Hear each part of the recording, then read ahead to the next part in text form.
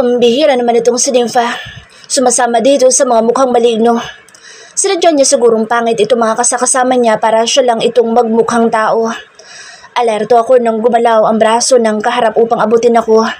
Bahagya akong umiwas bago mabilis na sinalo ang kamay niya, kasabay ng pagsira ng balanse niya para madali ko siyang mapatumba. Nang bumagsak siya sa lupa, maliksi akong kumilos paatras nang sabay-sabay na sumugod yung dalawa. Pero bago pa sila makalapit sa akin ay magkakasunod silang napaluhod at napasigaw dahil sa sakit. Hindi ko alam kung ano nangyayari sa kanila, basta nakita ko na lang na dumudugo yung mga binti nila. Akmang mag-uusisa ako pero may kamay na pumigil sa akin at nagtakip ng mga mata ko. Mabilis kong nakilala sa Eros sa amoy pa lang niya kaya agad akong nagpaubaya. Miko, alisin mo ang mga yan sa harapan ko. Mahina pero mariing utos ni Eros. Kasama rin pala niya si Miko. Hindi ko na ito nakitang dumating dahil una na niyang tinakpan ng mga mata ko.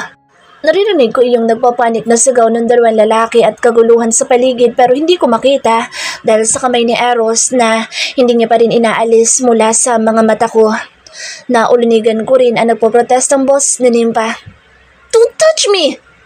Maarte nitong saad. Napaismid ako dahil kung tutuusin ay mas may itsura pa si Miko kaysa doon sa boyfriend niyang si Erickson. Erickson! Tili ni Nympha na sinundan ng nasasaktang uwol ng lalaki. Erickson! Oh my God! May tama ka ng baril! May namamaril? Wala naman akong narinig na putok ng baril. Yun din ba nangyari kanina sa dalawang papasugod sa akin? Halatang natataranta na si Nympha sa kung ano nangyari sa boyfriend nito at nabubuhay na rin ang pagiging chismosa ko. Hindi na ako mapakali. Ano nangyayari? Tanong ko kay Eros. Akmang tatanggalin ko yung kamay niyang nakatakip sa mga mata ko pero pinigilan niya ako. I'm sorry, sweetheart. Medyo natagalan ako. Bulong ni Eros sa tapat ng tenga ko at hindi man lang sinagot ang tanong ko.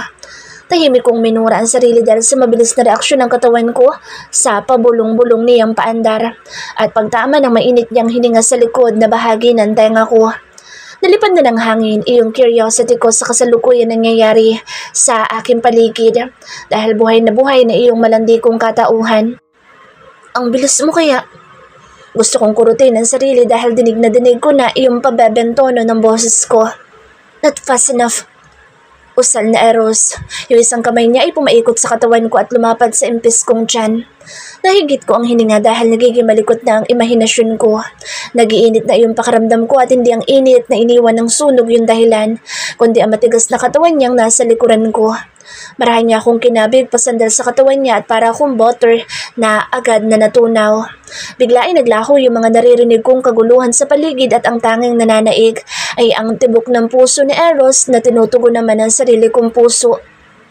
I missed you. Hindi nag-iisip kong bahayag. I missed you more, sweetheart.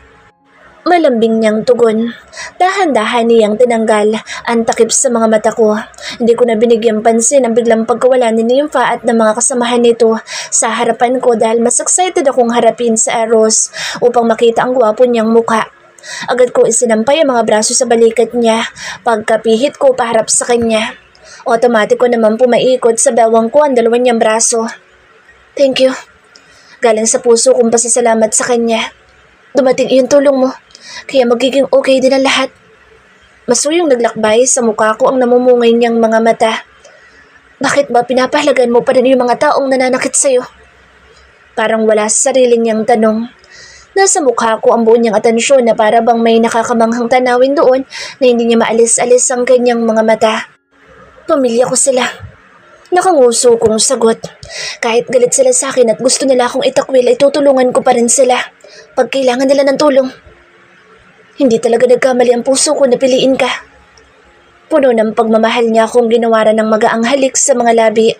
Nang pakawalan niya ang mga labi ko ay ginawaran niya naman ng halik ang dulo ng ilong ko bago ako nginitian. Ang gwapo niya talaga kaya deserve niya talaga ako bilang isang kabit.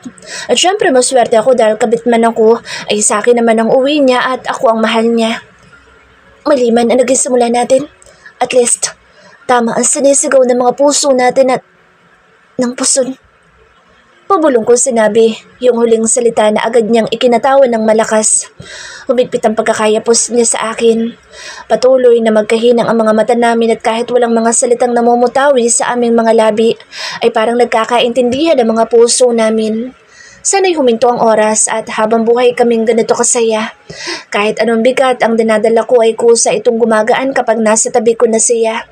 Wala na nga akong makapangsakit sa dibdib ko habang inaalala iyong huling mga sinabi ni Papa. I love you, Rian. Tapat na pahayag ni Eros na lalong nagpasaya sa puso ko.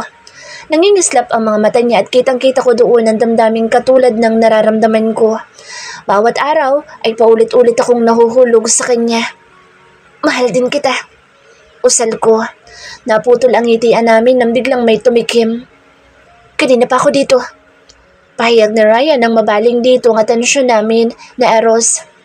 Busy kami. Nakasimangot kong sabi. Sana'y bumalik ka na lang after 500 years.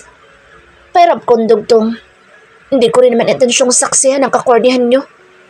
Buwelta nito sa akin. Renz, what's your tone? Babala dito ni Eros. Tito, paborito niyo akong pamangkin. Paalala ni Ryan Renz kay Eros. Para itong inaapi sa tono nito. Siya po ang nauna. Sumbong pa nito. Talo niya pa sinadikdik at oink-oink. Napakaisip bata. Magiging tita mo na si No! Mabilis kong sansala sa pagsasalita ni Eros at tinakpan ko pa ang bibig niya gamit ang kamay ko. Pinandilatan ko siya ng mga mata habang mariing umiling-iling. Mas matanda pa yan sa akin. Gilalas kong ika. Di niya ako pwedeng tawagin tita. Hamak namang mas matanda sa'yo si Tito Eros. Pero bakit wala naman yatang problema sa'yo? Ingos ni Renz. Hindi niya ako tinatawag na tita. Mahina akong singhal dito. Ayaw mo naman pala maging tita pero pumatol ka sa tito. Sarkastikong pahayag na Renz. Hindi mo ako masisisi dahil mas masarap na yung mga tito ngayon. Lalo na itong tito mo. Irap ko dito. Nagkunwari pa itong nasusuka dahil sa narinig pero sinamaan ito ng tingin ni Eros kaya mabilis na umayos. Agad ko din siyang dinilaan nang hindi nakatingin sa Eros. Akmang gagantihan niya ako pero nasa kanya ang tingin ni Eros kaya nauwi sa napipilitang ngiti ang balak niya sanang gawin. Napadaan malapit sa amin ang isa sa mga firefighter jet kaya sabay-sabay kaming napatingala dito. Isang ngiti ang sumilay sa mga labi ko nang makitang isa ito sa mga pag-aari ni Eros. Renz, babalian ko ng tadyang ang tatay mo pag magasgasan niya ang isa sa mga collection ko. Mariing pahayag na Eros habang nasa papala yung jet ang matalim na tingin. Si Romano nagpapilot doon? Gulat kong tanong. Siya lang ang siraulong lilipad papunta dito gayong wala naman dito yung sunog. Asar na sagot ni Eros. Mang akong napatingin ulit sa papalayong jet. Halatang walang balak ang piloto noon na lumapit doon sa bandang may sunog. Salip ay iniikot-ikutan lang nito yung mansyon namin. Huwag niyang sabihin na hinahanap niya si Maura. Napapapalatak na wika ni Eros. Bakit naman po kasi inayaan niyo yung sumama dito? Napabuntong hiningang tanong ni Renz. Maging ito ay nagiging problemado dahil sa amang matigas ang ulo at may pulang buhok. Nakasimangot na pinapanood na Eros ang kabaliwang ginagawa ng ama ni Renz. Paikot-ikot lang talaga ang pinapilot nitong jet at minsan ay masyado pang bababa ang lipad nito. Nangangani pa yatang tatanda bigla sa Eros dahil sa konsumisyon sa nakatatandang kapatid. Sa kanilang dalawa kung sino ang mas matanda ay ito pa iyong puspusan ang pagiging pasaway. Ilang sandali ay hindi na nakatiis sa Eros at naglabas na ito ng cellphone. Nasa lumilipad na jet pa rin ang tingin niya habang may tinatawagan sa cellphone. Kumusta ang sitwasyon ng mga air tanker natin? Bungad niya sa sumagot sa kanyang tawag. Saglit muna siyang nakikinig sa kung anong sinasabi ng taong nasa kabilang linya bago nagbigay ng utos. Connect me to plane 0321. Hindi nagtagal ay may binubulyawan na siya. Ano bang pinaggagawa mo? Nandun sa malayo yung sunog. Natitiyak ko si Romano na ang kausap niya dahil sa sunod-sunod na pagbabantang pinakawalan matapos ng ilang palitan nila ng salita. Nagkatinginan lang kami ni Renz at sabay na nagkibit-balikat ng parang batang pinagsabihan ni Eros ang kapatid. Nakikipag-argumento pa siguro yung isa kaya pataas na ng pataas ang boses ni Eros. Sa 2 araw kong pananatili sa compound ng mga Aldovino ay nakasanayan ko na laging pagbabangayan ng dalawa. Kaya hindi na bago ang ganitong mga eksena sa pagitan nilang magkapatid. Hindi kita hinayaan sumama dito para mag-sightseeing. Gawin mo ang trabaho mo. Striktong utos na Eros sa kapatid na nasa kabilang linya. Nagsalubong ang mga kilay niya habang nakikinig sa kausap pero hindi yata maganda ang takbo ng usapan nila dahil lalong namula ang mukha niya sa galit. Sira ulo ka ba? Malakas niyang bulyaw. Hindi ka pwede... Hello? Hello? Inilayo niya sa tenga ang hawak na cellphone upang tingnan kung connected pa rin ba ang tawag. Binabaan ako ng sira ulong iyon. Sunod-sunod na mura ang pinakawalan niya at agad na tiningnan ng masama ang jet na kinalululanan ni Romano na para bang makikita siya nito.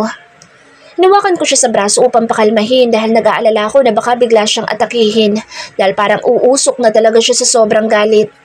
Totoo nga ang sinabi sa akin na Renz nung papunta pa lang kami sa private airport ni Eros na mas mahal pa ni Eros ang mga eroplano niya kaysa sa sariling asawa. Mabuti na lang talaga at kabit ako.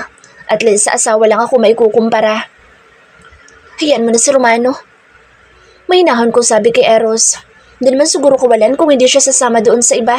Total ay marami na naman yung mga nagtutulungan para patayin yung apoy. Intindihin na lang namin yung kapatid niyang pula ang buhok na parang tapay ng manok. Pati utak sa liit na rinong sa manok. Ang buwisit na lalaki iyon. Balak mag-landing? Gigil niyang sagot. Saan naman niya papalapagin yung jet? Diyan ba sa bakanting taniman na dinaanan ng sunog? Pagkatapos ng araw na ito, hindi na talaga yan makakalapit kahit saan lino ng mga collection ko. May private hangars na Tita Lara. Mabilis kong wika. Pwede siyang lumapag doon. Marahas na napahilamos ng muka sa Eros. Hindi ko pinadala dito ang mga firefighter jet ko para mag-landing. Napahilot sa sentido niyang usal. Ang sarap talaga magpalit ng kapatid. Exactly. My sentiments. Dagdag pahayag na Renz. Kung pwede lang magpalit kami ng role, ako yung daddy at siyang anak. Tuwing umaandar ang pagiging sakit sa ulo ni Romano ay palagi talagang apektado ang anak nito. Pero natutuwa ako nakikitang namomroblema si Renz sa ama dahil biglang nawawala ang pagiging chismoso nito. Kailangan ninyang bumalik sa Amerika. Nagtatagis ang bagang na wika ni Eros. Bago pa niya maubos ang buhok ko sa kakakonsumi sa kanya. Kahit na ibalot pa natin iyan pabalik doon, ay gagawin niya pa rin ang gusto niya. Himutok na Renz. Ang tanda-tanda na pero talo pa rin ang teenager sa kakahabol kay mommy. Kahit na may asawa na yung tao. Isa pa yan. Desmayadang bulalas na Eros. Tumatanda na yata ng paurong yung daddy mo. Kung umasta ay parang may pag-asa pa talaga siyang balikan ng mommy mo. Hanapan mo kaya na ibang hahabulin iyan daddy mo? Sabi ko kay Renz. Yung mas bata at mas sexy kasi sa mommy mo. Para makapag-move on na yan. Sa tingin mo, hindi ko na iyan ginawa. Pabuntong hininga nito sagot. Parang ako pa yung nagpapalaki ng magulang. Tapos yung pinapalaki ko ay ayaw makinig sa akin dahil siya daw ang ama sa amin dalawa. Kaya siyang mas nakakaalam ng mga tamang gagawin. Sa halip na maaway parang gusto ko matawa sa mukha ni Renz. Hindi ko ma-imagine kung ano ang kabataan nito. Kasama ang amang sala sa init, sala sa lamig. Naputol ang usapan namin nang dumating si Miko. Agad kong naalala si Nympha at si Erickson, pati mga kasamahan nila. Tinanguan ako ni Miko na magkasalubong ang mga mata namin at formal nitong binati si Renz bago humakbang palapit kay Eros. Sir, naayos na po namin ang inuutos niyo. Formal nitong pagbabalita kay Eros. Pasimple kong sunuyod ng tingin ng itsura ni Miko. Imposible na mahinahong sumunod dito kanina sa Erickson. Hindi ugali ng hambog na iyon na magpadikta sa kung sino at may narinig akong kalabugang naganap kanina bago ito tuluyang napalis kasama ang maingay na si Nympha. Pero sa kabila ng nangyari ay nakakamanghang hindi man lang natinag ang pagkakaayos ng buhok ni Miko. Kahit isang hibla ay hindi tumakas mula sa kinapopwestuhan ng mga ito. Kaya napapaisip tuloy ako kung may struggle ba talagang naganap kanina. Ano na? Anong nangyari kay Nympha at sa mga kasama niya? Hindi nakatiis kong tanong kay Miko. Nasaan na sila? Sumulya po na ito kay Aros na parang humihingi ng permiso bago direktang tumingin sa akin. Wala po nangyari doon sa babae. Kalmadong sagot naman ito. Yung mga kasamahan niya naman ay kasalukuyang ginagamot sa pinakamalapit na ospital. So, totoo talaga yung nakita kong dugo kanina? Medyo hindi komportable kong tanong. At yung narinig kong may tinamaan ng baril. Wala akong narinig na putok pero yung kanina yung narinig kong sinigaw ni Nympha. Dumaan ang pag-aalinlangan sa mukha ni Miko na sagutin ang tanong ko. Mukhang wala itong balak na sumagot kaya bumaling ako kay Eros. They're trying to harm you. Walang gatong na pahayag ni Eros. Bilang bodyguard ko, ay trabaho ni Miko na masiguro ang kaligtasan ko sa lahat ng oras at kasama na roon ang proteksyon mo. Napakurap-kurap ako habang nakikita ang mapanganib na kislap na dumaan sa kanyang mga mata. Ilang saglit lang iyon pero pagtingin ko ulit sa kanya ay naging masuyo na agad ang mga mata niyang nakatitig sa akin na para bang guni-guni ko lang iyong napansin ko kanina. Kaya ko namang protektahan ang sarili ko. Puno ng kumpiyansa kong usal. Hindi man niya direktang sinagot ang mga tanong ko ay hindi naman niya tinanggi ang mga ito. Hindi mo na kailangan gawin iyon dahil nandito na ako. Ako ang gagawa noon para sa'yo. Mauuna muna ako masaktan bago ka nila makanti. Yung puso ko parang timang. Ang bilis agad ng kabog kahit yun lang ang sinabi ni Eros. Nananadyang tumikim si Renz na sunundan pa ng sunod-sunod na pag-ubo. Panira talaga sa moment ang isang ito. Sana'y matuluyan na ito sa kakaubo. Sinamaan ko ito ng tingin matapos ang madrama nitong pag-ubo. Mabuti pa si Miko at kusa lang ito nag-iwas ng tingin upang bigyan kami ng time ni Eros na maglambingan. Parating yung legal wife. Mahinang sabi ni Miko at pasimple pang inginuso ang likuran ko. Para akong itinulo sa kinatatayuan at ramdam ko ang paninigas ng buo kong katawan. Sa sukdo lang hindi ko kayang pumihit paharap sa taong tinutukoy na Renz.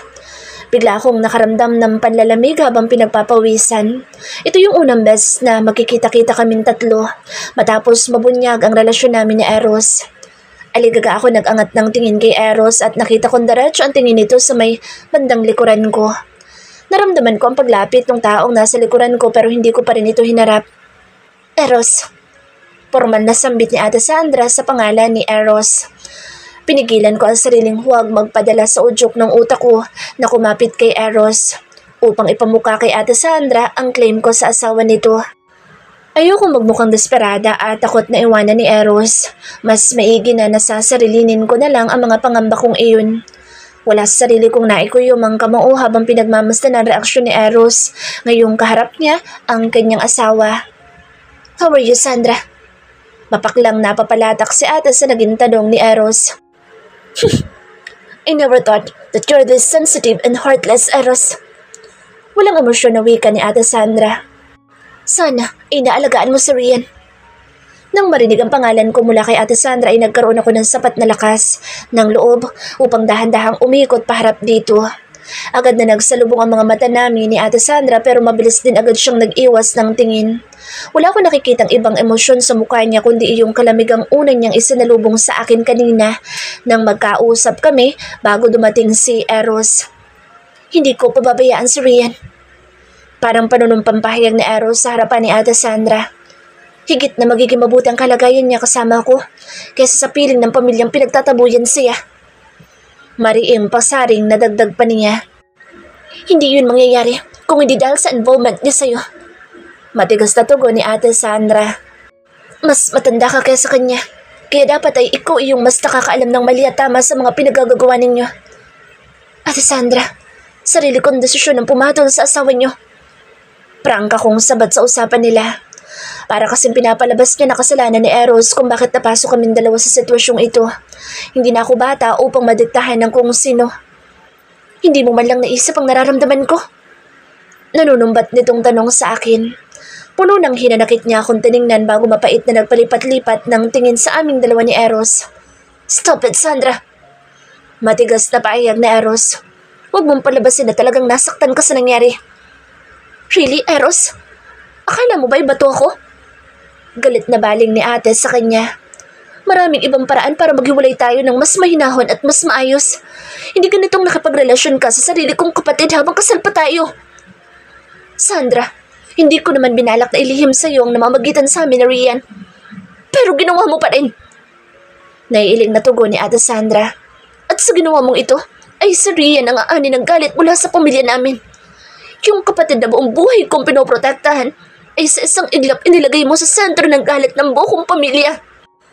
Sa nakikita at naiintindihan ko ay nagagalit sa Ate Sandra hindi dahil sa pagiging kabit ko ng asawa niya, kundi ay dahil sa kinakaharap kong galit ng pamilya namin sa nagawa kong kasalanan. Parang may mainit na bagay na humaplos sa puso ko habang naririnig na tinawag niya akong kapatid. Habang nagre-rebelde pala ako ay may isa akong kapatid na lihim akong sinusubaybayan at pinoprotektahan. Kapatid na nitong mga huling araw ko lang nakilala. Kapatid na nagawa kong traidorin pero inintindi pa rin ako at inalala pa rin ang kapakanan ko. Wala ka nang dapat na alalahanin pa. Ako na iyo magpoprotekta kay Rian. May lumanay na pahayag ni Eros. Hindi ko siya kakitaan ng gulat sa ibinunyag ni Ate Sandra tungkol sa tunay naming koneksyon. Minsan talaga kahit wala akong kinukwento sa kanya ay nakakagulat na alam na agad niya ang mga nangyayari. Saglit na nagkasukatan ng tingin sina Eros at Ate Sandra. Wala akong makapampagsasalo sa dibdib ko habang nagkakatitigan sila sa harapan ko. Hindi man lang ako nangangamba na baka bigla silang makaramdam ng spark at magkabalikan ulit matapos magkatitigan. Masyadong malaki ang tiwala ko kay Eros at sa damdamin namin sa bawat isa. Tahimik lang ako nagpapalipat-lipat ng tingin sa kanila habang parang nag-uusap ang kanilang mga mata. Hindi yung tipong may kaakibat na romance kundi yung tipong nanghahamon ng away. Anong ginagawa ng babaeng yan dito? Sabay-sabay kaming napalingon sa pinanggalingan ng galit na boses ni Tita Lara. Malalaki ang hakbang nito habang papalapit sa amin. Kakikitaan ng pagkaalarma mukha ni Ate Sandra at mabilis na sinalubong ang galit na ina. Bakit nandito ang haliparot na yan? Matalim na tong tanong habang hindi inihihiwalay sa akin ng masamang tingin. Ilang hakbang na lang ang nakapagitan sa amin dalawa. Ang kapal na mukha mo magpakita pa rito matapos ang nangyari? Malandi kang babae ka. Hindi ko napigilang paikutin ng mata dahil sa kadramahan nito.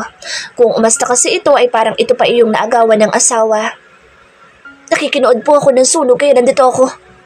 Pairap kong sagot. Wala ka talagang modo. Nagawa mo pang gawing biro. Anong nangyari? Labas ang litid nitong bulyaw sa akin. Malandi kang haliparot ka. Manang-mana ka sa nanay mo. Huwag mo isalang nanay ko dito. Mariin kong wika. Naikuyom ko ang kamao at kung dati ay hinayaan ko siyang makalmot ang pisngi ko, ay ibahin niya ngayon dahil hindi ako magdadalawang isip na patulan siya.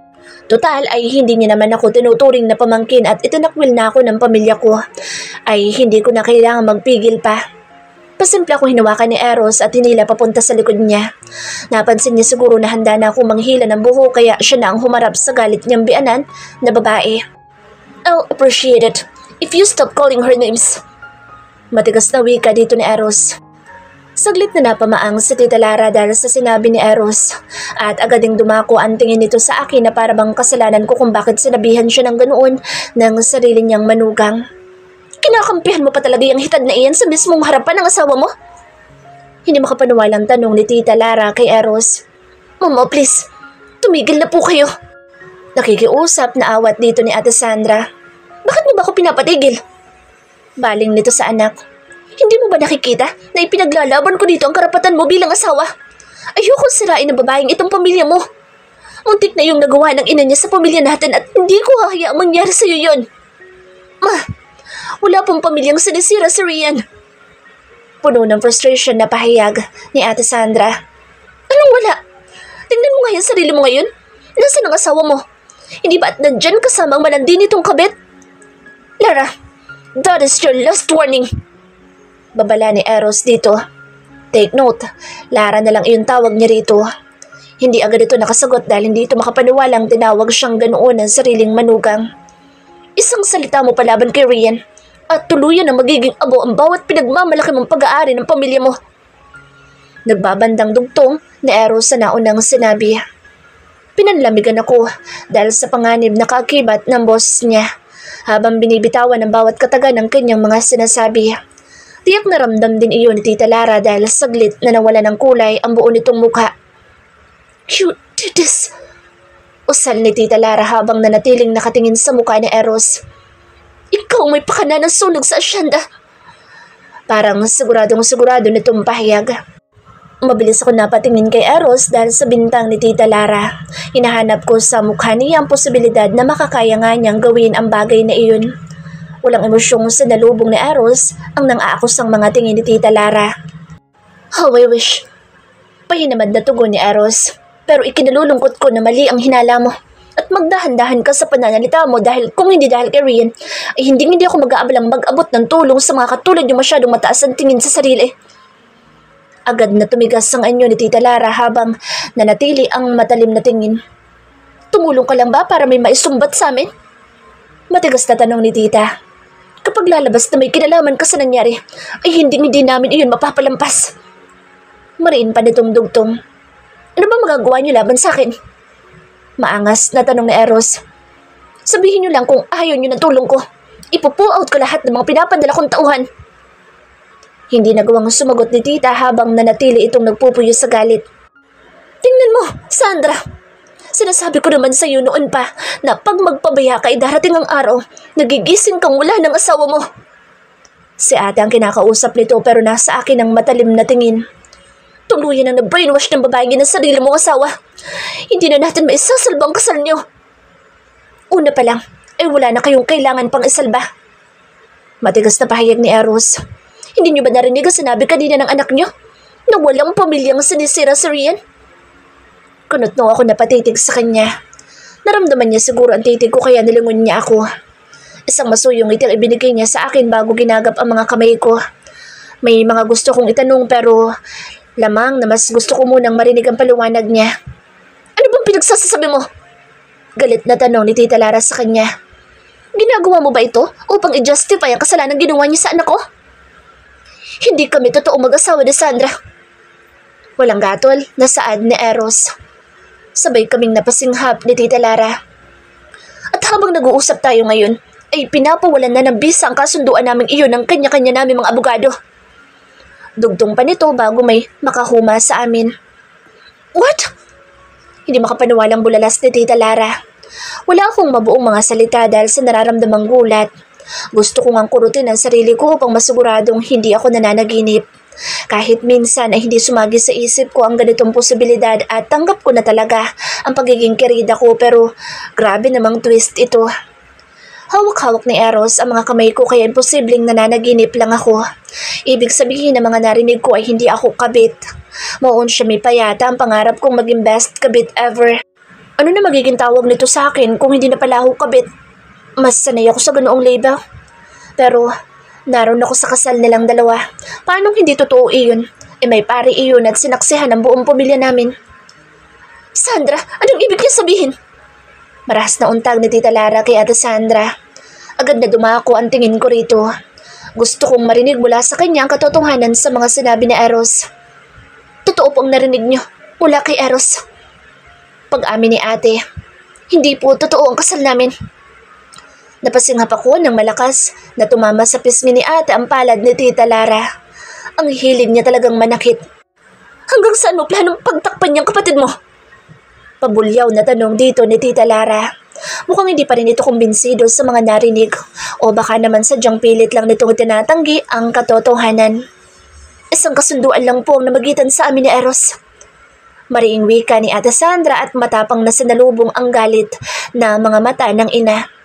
Nang muling lumipad ang kamay ni Tita Lara at tumama sa kabilang pisngi ni Ate Sandra ay kusang humakbang ang mga pao ko palapit dito. Ayokong nakikitang sinasaktan sa Ate Sandra kahit ng sarili niyang ina. Pero napahinto ako dahil mabilis akong pinigilan ni Eros. Nang lingunin ko siya ay inilingan niya ako. Ayaw niyang makialam ako sa mag-ina, kaya nag-aalala na lang akong napatingin ulit kay Ate Sandra. Walang emosyon na mukha nito habang tinatanggap ang sampal ng kanyang ina.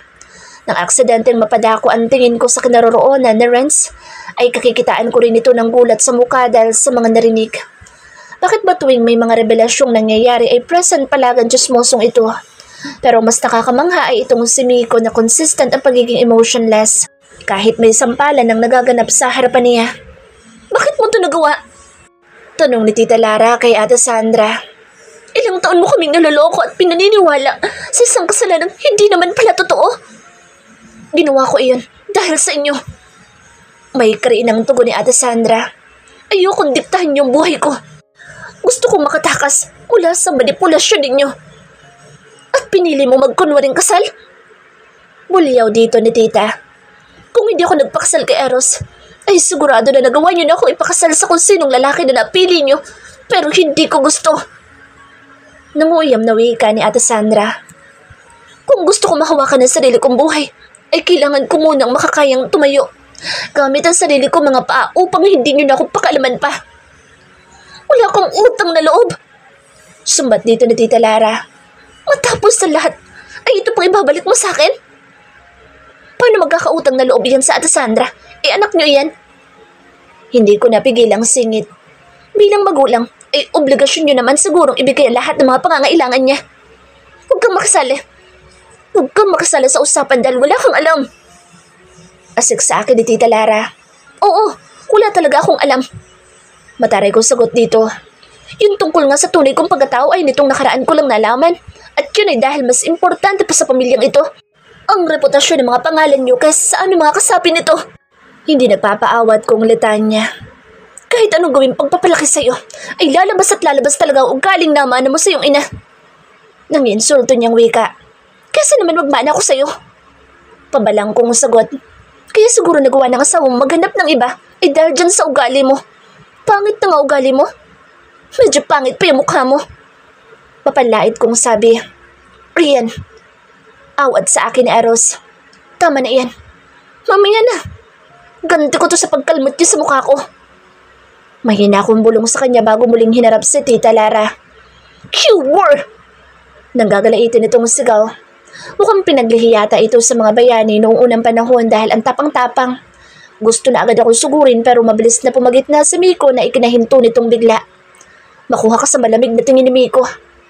Binalatan ko siya at pinakitaan ng middle finger para lalo siyang inisin. At least, napapakulo ko ang dugo niya. Bayad sa pagpapadugo niya noon sa pisngi ko. Sa ugali na meron siya ay normal lang sigurong mawalan ako ng galang. Sinubukan ko namang magpakabait pero lapitin talaga ako ng mga pagsubok. Ayaw yata ng kabilang panig na makonvert ako bigla. Gusto nila ay manatili akong number 1 sa listahan ng tagapala ng uling sa kabilang buhay. Lalong namula mukha ni Tita Lara dahil sa galit.